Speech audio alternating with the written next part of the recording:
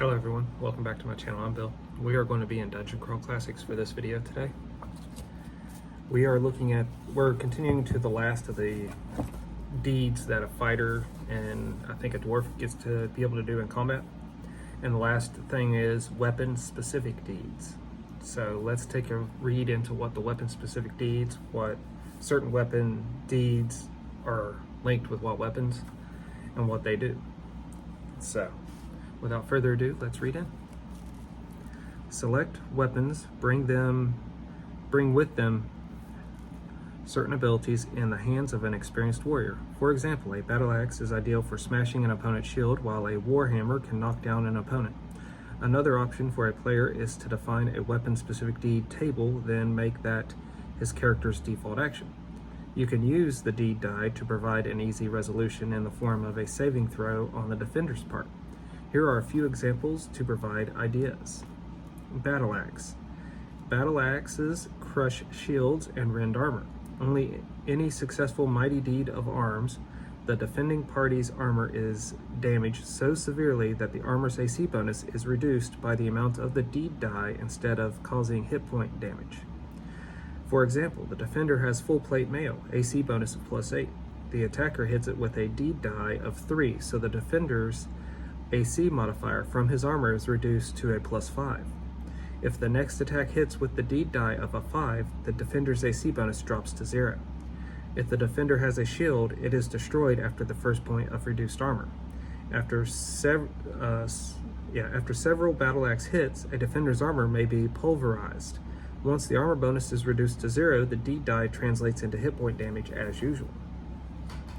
That's pretty cool. You can weaken the armor of your enemy so your other allies would have an easier chance to hit, especially those that don't roll quite as good as the fighter, the warrior. Flails. When aimed at an opponent's leg, a flail can entangle and trip an enemy. If a character with a flail does not declare any other deed, he is automatically considered to be making a trip attack on any successful hit. Lance. All of the mighty deeds of arms discussed so far are for foot soldiers. It is perfectly acceptable to design a set of deeds for mounted knight. The lance is an excellent option for building a set of deeds. A direct hit with a lance can shatter an opponent's shield and knock him to the ground. On any successful mighty deed of arms, the defending party's shield is automatically shattered. In addition, the defender must make a strength check against a DC 10 plus the deed die. For example, if the attacker hit with a set of dice that included a deed die of 5, the defender would have to make a strength check against a DC 15. Failure on the strength check indicates the defender is knocked prone. If he was mounted, he takes an additional 1d4 damage from the fall.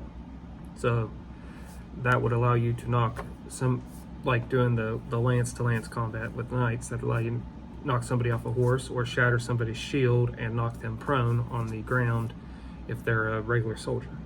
So that's pretty cool. Warhammer. Warhammers swing with such momentum they can knock down an opponent. On any successful mighty deed of arms, the defending party may be knocked off his feet. If a warrior with a warhammer does not declare any other deed, he is automatically considered to attempt a pushback with any successful hit. That one's not my favorite, but then again, I don't play characters that use warhammers too often, so that wouldn't bother me either way, character-wise. But I like all these options, and they spark a lot of thoughts for how to go about using them in my games, especially games that are not Dungeon Crawl Classics, as well as how they work in Dungeon Crawl Classics. So hopefully that was inspirational to you guys. Until we all game again,